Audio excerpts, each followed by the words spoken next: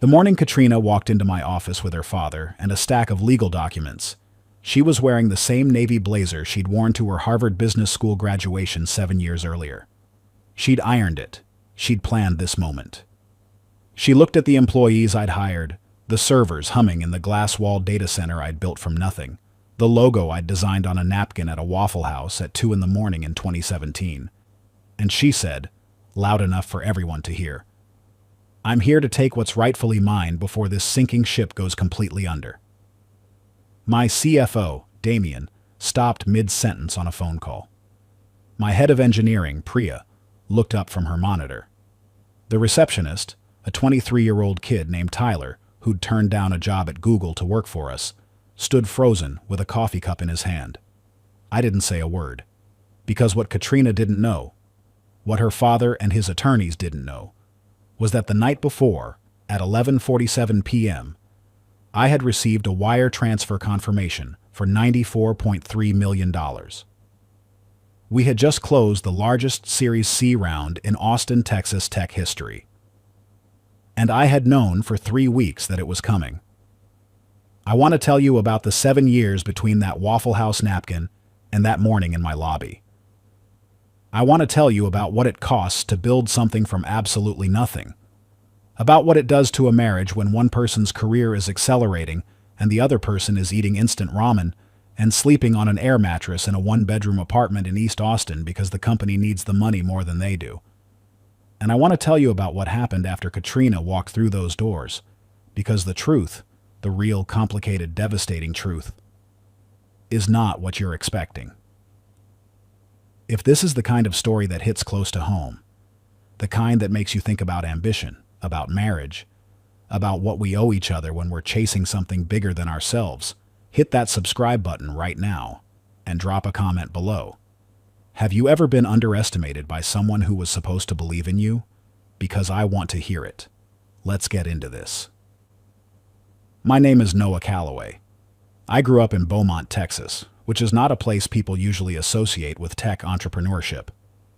Beaumont is an oil and gas town, the kind of place where your family's legacy is measured in decades of labor, where success means a union job with good benefits and a pension, where the most ambitious thing a kid from my neighborhood could dream about was getting a scholarship to UT Austin. I got that scholarship. Computer science, class of 2014. I did not finish. Not because I was failing. My GPA was 3.8. I left in my junior year because I had built a piece of software that solved a problem so specific and so painful for small to medium logistics companies that 3 of them were already paying me a monthly subscription fee before I'd ever written a line of a business plan. My professor, Dr. Whitfield, told me I was making a catastrophic mistake. He sat me down in his office in the Gates-Dell complex and said, "Noah, the graveyard of Silicon Valley is full of 20-year-olds who thought they had the next Google. Stay in school." I respected Dr. Whitfield enormously. I listened to everything he said, and then I withdrew from UT and drove to a co-working space on South Congress Avenue with my laptop, a sleeping bag, and $400 in my checking account. That was October 2015. I met Katrina in February 2016. She was at a networking event at the Austin Convention Center, one of those young professionals' nights where everyone is performing a version of themselves they hope to become. She was wearing a red dress, and she was the only person in the room who wasn't looking at her phone between conversations. She had just started her first year at UT's Macomb School of Business. She was 24. She was the most confident person I had ever met. When I told her I was building a logistics software company, she asked me 14 questions in a row, not the polite, surface-level questions you ask someone at a networking event, but real questions. Sharp questions. What's your current monthly recurring revenue? What's your churn rate? Who are your top 3 competitors, and what are you doing that they're not? I answered every single one of them, honestly, including the embarrassing ones. She looked at me afterward and said, "You know what your problem is? You're a brilliant engineer and a terrible salesman. You need someone who can position this properly." "Are you offering?" I asked. "I'm observing," she said. We were dating within a month. Here's what I need you to understand about those early years, Because this is the part that people always skip over when they tell stories about startups. They jump straight to the funding rounds and the growth numbers and the magazine covers. They leave out the part where it's 11 p.m. on a Tuesday, and you're sitting on the floor of your apartment trying to figure out why a critical integration is breaking and your phone is dying, and you haven't eaten since 7 a.m., and your girlfriend is crying in the next room. Because she just found out her study group doesn't want to work with her anymore because she's been spending too much time with you and not enough time on their project. They leave out the arguments, the real ones. Katrina and I had our first serious fight in March 2017, 14 months after we met. She had just gotten an offer to do a summer internship at McKinsey's Dallas office, the kind of offer that UTMBAs frame on walls. And she turned it down to help me prepare for my first real investor pitch. She didn't tell me she turned it down until a month later, when I found the rejection email she'd sent them by accident, while looking for a client file on the shared laptop we were using. "You turned down McKinsey?" I said. She shrugged. "You needed help." "Katrina, that was McKinsey." "I know what it was, Noah. Why didn't you tell me?" She was quiet for a long time. Then she said, "Because if I told you, you would have told me to take it. And I wanted to help you." That should have been one of the most romantic moments of my life, and in some ways it was. But underneath it, and I know this now, in a way I didn't know it then, there was something else happening. A quiet scorekeeping, a ledger being opened, a line being written that would take years to reach its conclusion. She gave up McKinsey for me. She would not let me forget it, even when she never said a word about it. The pitch went well. Not perfectly. The first term sheet we got was insulting, structured in a way that would have given us operating capital, but stripped us of almost all meaningful equity control. But well enough. We closed a seed round of $1.2 million from a group of angels in Austin in August 2017. I hired 3 engineers. I rented an actual office, a small suite on 5th Street, nothing fancy, the kind of place where the air conditioning unit rattled like a dying engine. And for the first time since I'd dropped out of UT, I felt like I was running a real company. We got married that October. Small ceremony at Barton Creek, 40 people, string lights, my mom crying the entire time. Katrina wore a dress she found at a vintage shop on South Congress for $85. I wore the only suit I owned. It was a perfect day. It might have been the last truly uncomplicated day we had for a very long time. Katrina graduated from McCombs in May 2018 and got a job immediately, a real one, with a serious title and a salary that was, for the first year of our marriage, 3 times what I was paying myself from the company. She went to work for a management consulting firm called Hargrove Partners, which had offices downtown in the Frostbank Tower, the kind of building with a lobby that smells like money. I was proud of her. Genuinely proud. She had worked incredibly hard and she deserved everything she was getting. But something shifted between us that I didn't have a name for until much later. When she had been a student, we were equals in a way. Struggling together, grinding together, eating tacos at Juan in a Million at 7 in the morning after I'd been up all night coding, because we couldn't afford to eat anywhere else, and also because Juan in a Million made the best breakfast tacos in Austin. And if you've never been, you need to fix that immediately. We were a team. When she started her career, we were suddenly running parallel tracks. She was going to dinner with clients at Uchi. I was managing cash flow crises and personnel issues, and the slow, grinding, invisible work of building something from scratch. She was accumulating prestige. I was accumulating problems. And here is where I have to be honest about something that I don't particularly like admitting. I handled it badly, not in any dramatic way. I didn't cheat. I didn't disappear. I didn't do anything that would make for a clean villain in someone else's story. What I did was subtler and, in some ways, more damaging. I withdrew.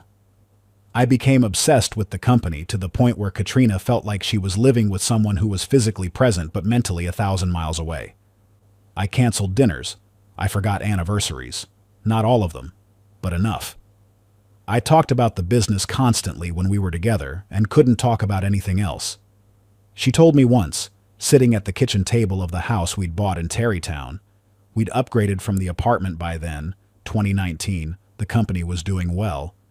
"Noah, I feel like I'm married to a startup." "You are," I said.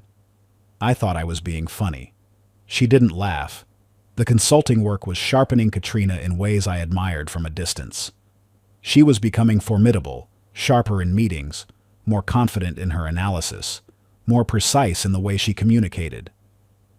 Her father, Gerald Whitmore, a semi-retired investment banker from Houston, had been skeptical of me from the beginning, but as Katrina's star rose, his skepticism calcified into something harder. I heard him once, at Thanksgiving 2019, talking to Katrina's older brother Derek in the kitchen, while he thought I was watching football in the other room.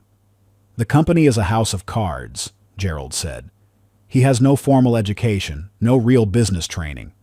He got lucky with some early customers, and he's been riding it ever since. When it collapses, and it will collapse, it's going to take Katrina down with it." Derek said, "She seems happy, though." Gerald said, "She seems busy. Those aren't the same thing." I should have walked into that kitchen. I should have sat down with Gerald and had an honest conversation about the business, shown him the numbers, walked him through the strategy, treated him like an intelligent adult who had real concerns that deserved real answers. Instead, I walked back to the couch, turned up the volume on the game, and said nothing. That was my second big mistake. By early 2021, the company, which I'd named PathStream, because we built software that helped companies map and optimize the movement of goods through complex supply chains, had 41 employees, annualized revenue of $8.7 million, and a product that was genuinely, measurably better than anything else in our space. We just signed a contract with a regional grocery distribution network out of San Antonio that was going to triple our revenue if we executed well. I should have been celebrating. Instead, I was managing a crisis. One of my co-founders, a guy named Brendan Walsh, who'd been with me since the early days and owned 15% of the company, had decided he wanted out.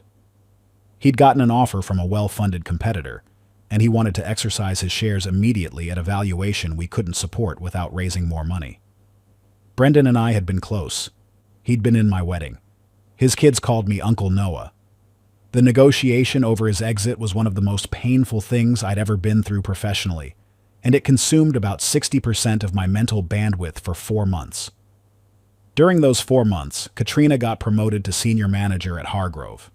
She celebrated with her work friends. I found out about the promotion when she mentioned it in passing at dinner 3 days after it happened. "That's incredible," I said.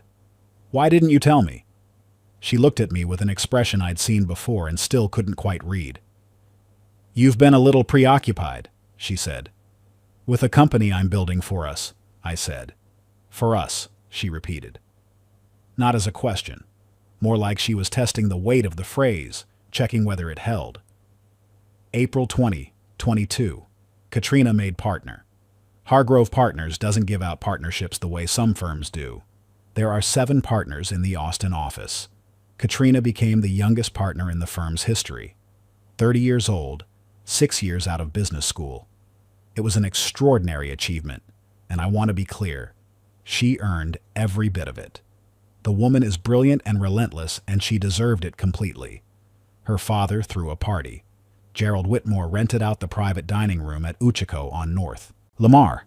50 people, open bar, the kind of event that announces to the world that a Whitmore is winning. I wore a suit. I got there on time. I was prepared to celebrate my wife. What happened instead was the worst night of my marriage. It started subtly.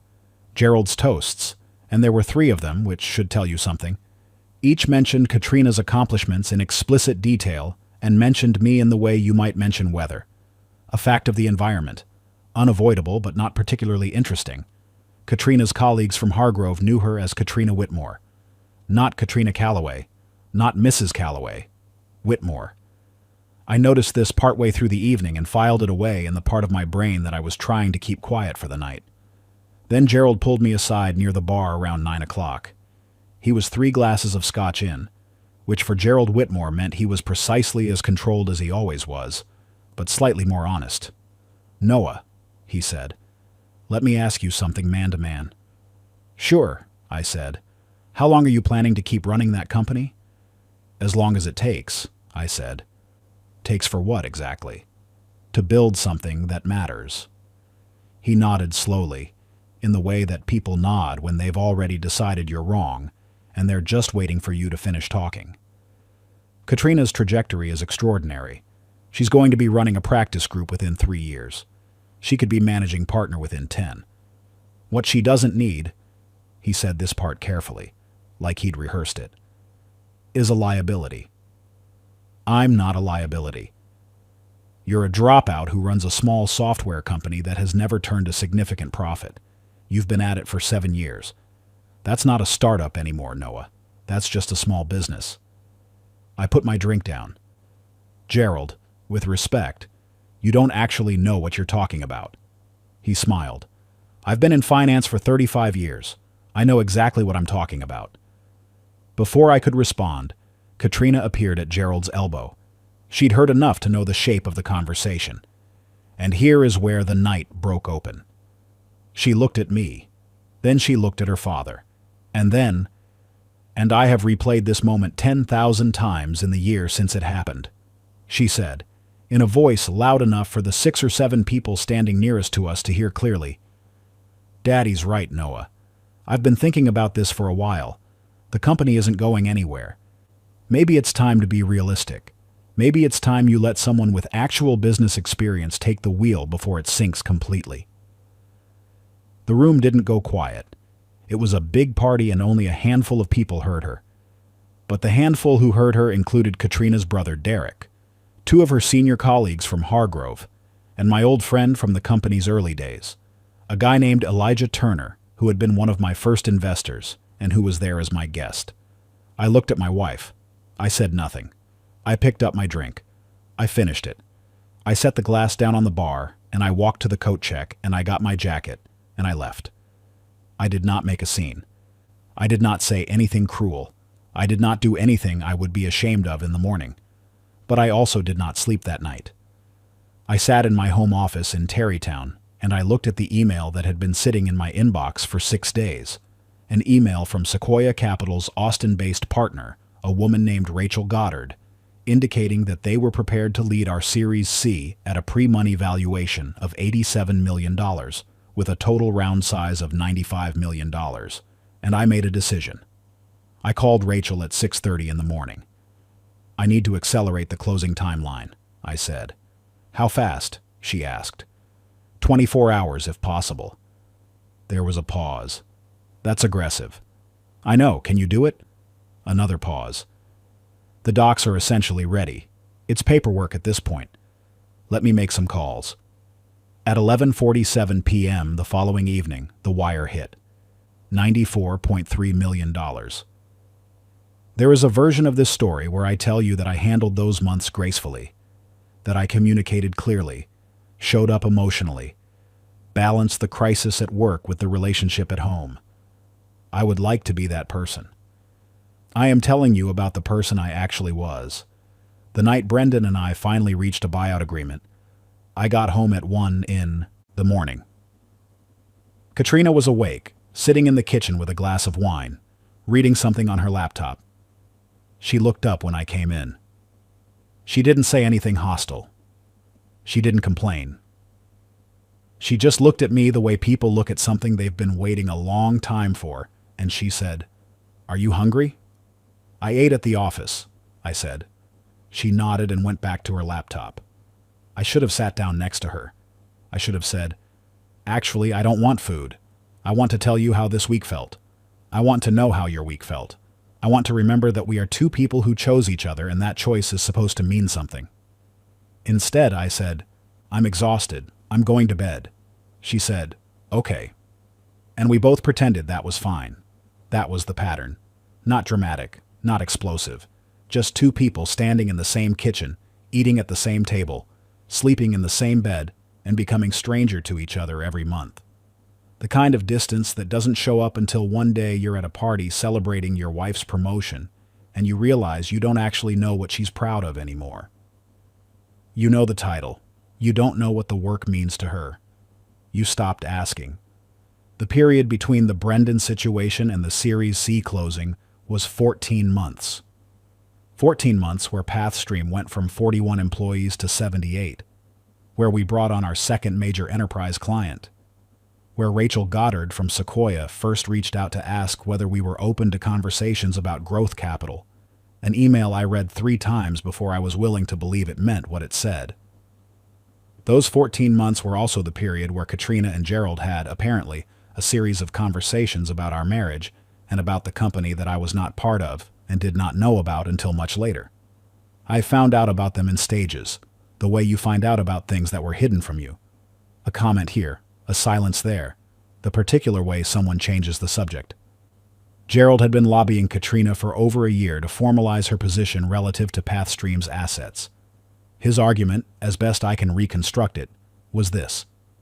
Katrina had made real financial sacrifices in the early years of the company, including turning down the McKinsey internship, including contributing money from her own salary to cover company expenses during 2 cash flow crunches in 2018 and 2019.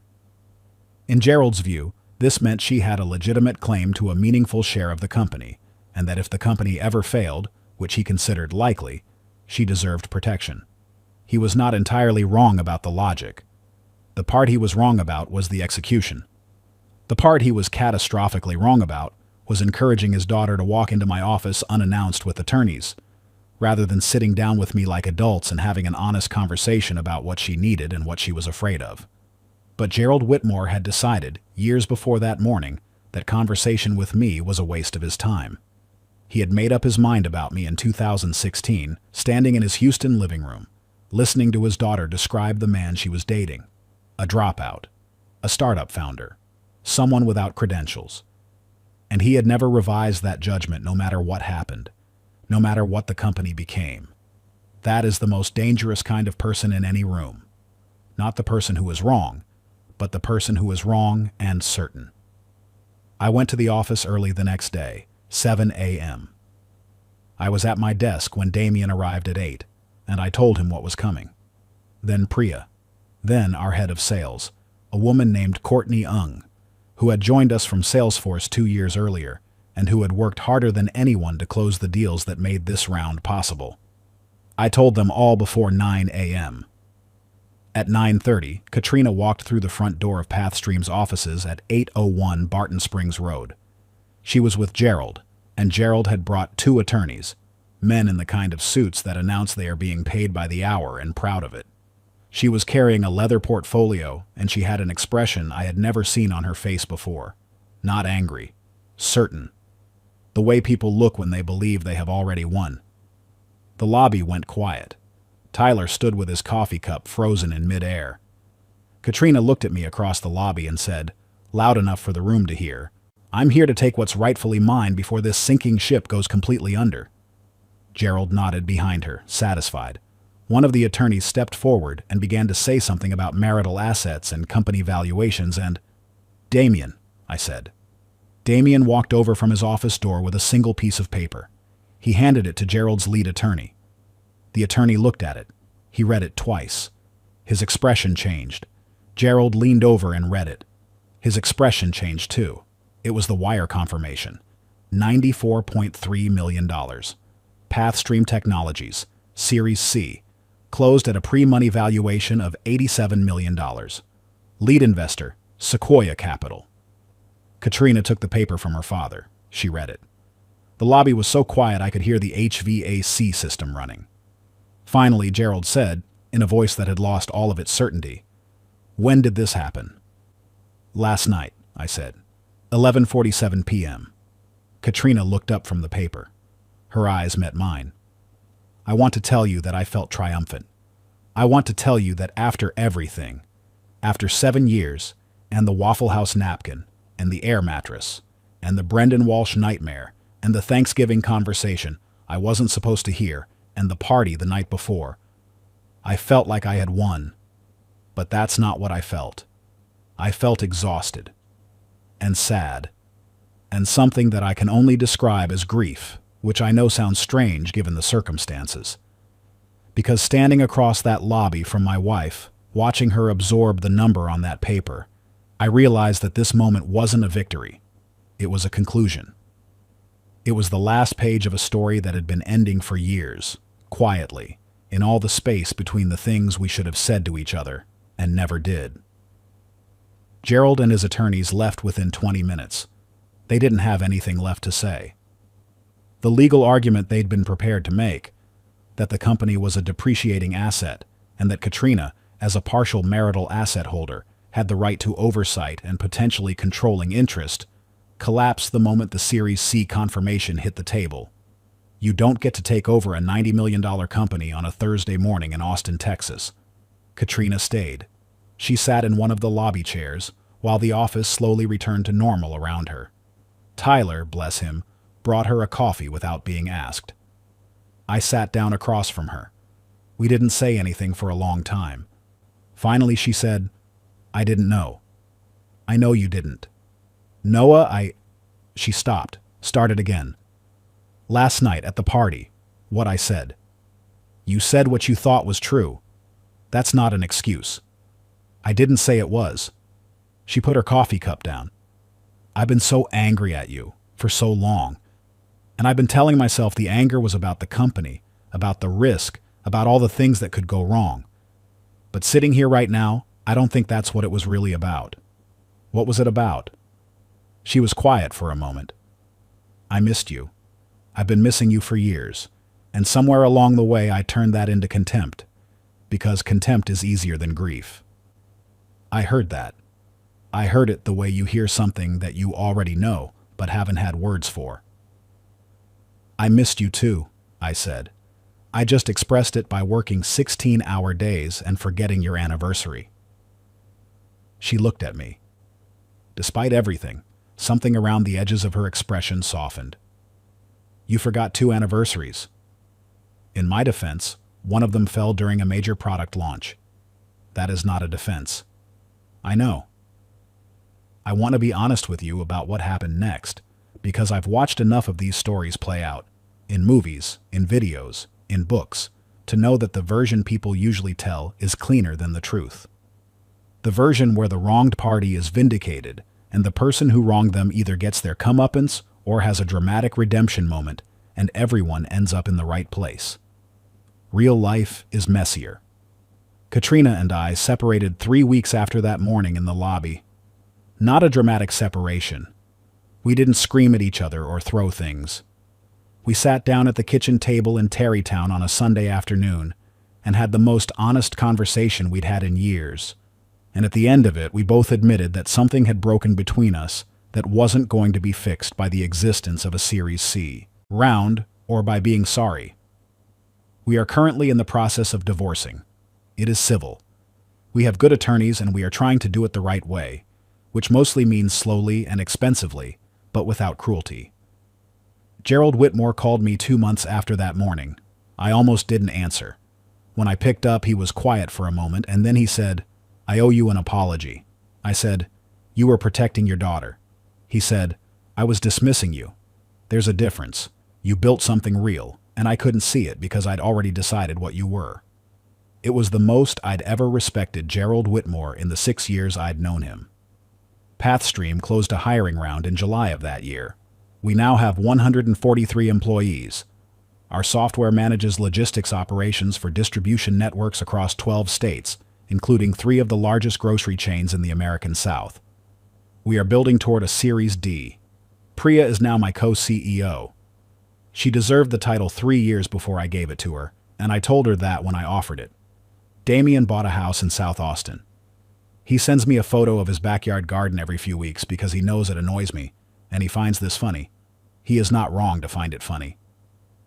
Tyler, the kid who was standing in the lobby with a coffee cup the morning everything happened, is now our head of customer success. He still turns down Google every time they call him.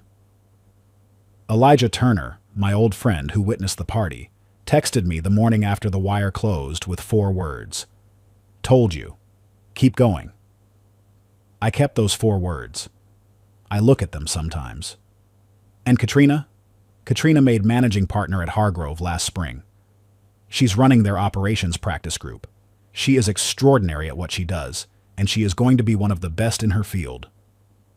We had lunch in April, 3 blocks from the Frostbank Tower, at a place on Congress Avenue that we used to go to when we were dating. We talked for 2 hours. We talked about the early days, the Waffle House napkin, The apartment with the air mattress, Juan and Emilian at 7 in the morning. At the end of lunch, she said, "I should have believed in you." I said, "I should have made it easier to believe in me." She said, "We both should have talked more." "Yeah," I said, "we should have." We didn't hug when we left. We shook hands, which was strange and a little formal and somehow right. We'd been through too much to hug, and not enough to do anything else. She's seeing someone now. I hope he's good. I genuinely, without any bitterness, hope he's good. Here is what I want you to take from this, if you take anything at all. The company did not save me from the marriage failing. Success does not retroactively fix the things you broke while you were building it. The money is real. The product is real. The 143 people who show up to work at Pathstream every morning are real. And the marriage that ended is also real, and no amount of wire confirmation language changes what it cost. I am not telling you this story to make you feel sorry for me. I'm telling you this story because I was around 20 years old when I decided that building something was the most important thing I could do with my time. And I spent the next decade proving that I was right about the building, and wrong about the most important part. The most important part is not the Series C. The most important part is who's sitting across the table from you when you're at the bottom, and whether you have the presence of mind, in all the grinding noise of ambition, to actually look at them. I didn't look. Not often enough. Not really. Katrina Whitmore was the smartest person I ever dated, and the best professional I've ever watched work, and I spent 7 years slowly making her feel invisible while I was building something that was supposed to include her. That's on me. Fully, completely on me. If you are building something right now, a company, a career, anything that demands more than you think you have to give, I'm not telling you to stop. Keep building. The world needs people who build. But call the person. Show up to the dinner. Tell them what you're afraid of instead of staying in the office until midnight pretending you're not afraid of anything. Because the morning the wire hit, I was sitting in an office full of people who believed in me, and the person I most wanted to show that confirmation email to was across town, already making a decision that neither of us could walk back. Don't wait for the wire.